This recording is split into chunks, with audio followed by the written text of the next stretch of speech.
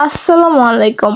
আজকে ভোর থেকে নওগাঁতে অনেক বৃষ্টি হচ্ছিল। তোমাদের কোন কোন জেলাতে বৃষ্টি হয়েছে অবশ্যই কমেন্ট করে জানাবা। জানলার ধারে বসে থাকতে থাকতে ভাবলাম তাহলে আজকে বৃষ্টির দিনে খিচুড়ি খাওয়া যায়। মুগ ডাল হালকা করে ভেজে নিয়েছি আর মসুর মুগ দুইটাই ভিজাই রাখবো। আর এদিকে আজকে বিরিয়ানির চাল দিয়ে খিচুড়ি রান্না করব। হাফ কাপ বিরিয়ানির চাল নিয়েছি, দুইজন খাওয়ার মতো, আমি আর টুকটুকি খাবো। এখানে পটল আর বেগুন কাটে রাখছি আর খিচুড়িতে যা যা মশলা দেওয়া লাগে সবকিছুই দিছি। দেওয়ার পরে এখন ভালো করে হাত দিয়ে মাখাই নেব। খিচুড়ি আমার কাছে হাত দিয়ে মাখানো বেশি মজা লাগে, ভুনা খিচুড়িও মজা লাগে, কিন্তু সব থেকে শর্টকাট খিচুড়ি রান্না হচ্ছে হাত দিয়ে মাখানো। সেই জন্য আমি এটাই সবসময় করি। আগে যখন ছোট ছিলাম তখন রান্না করতে পারতাম না, রান্না করলে রান্না মজা হতো না, ঝাল বেশি হলে লবণ কম, লবণ কম হলে ঝাল বেশি, এরকম হতো। এখন আলহামদুলিল্লাহ অনেক ভালো রান্না করতে পারি। আর খিচুড়িটা আমি প্রেসারে তুলে দিব আর এখানে আমি হলুদ মরিচ সবকিছু দিয়ে বেগুন আর পটলটা মাখিয়ে রেখে দিব। কিভাবে মাখছে নিজেও জানি না। সবকিছু ভাজা করে নিছি আর ডুব গোসল দিয়ে দুই বোন খাবার খেতে বসছি। আজকে তো টুকটুকি স্কুল কোচিং যায় না, এই ভোর থেকে বৃষ্টি হয়েছে।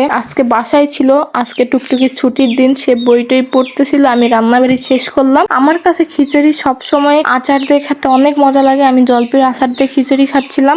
আলহামদুলিল্লাহ আজকে খিচুড়ি দিয়ে দুপুরের খাবারটা শেষ করলাম। একটা কথা কি, মানুষ ঠেকতে ঠেকতে তারপরেই শিখে, আমরাও ঠেকতে ঠেকতে তারপরে শিখছি, আজকে এই পর্যন্ত আসছি।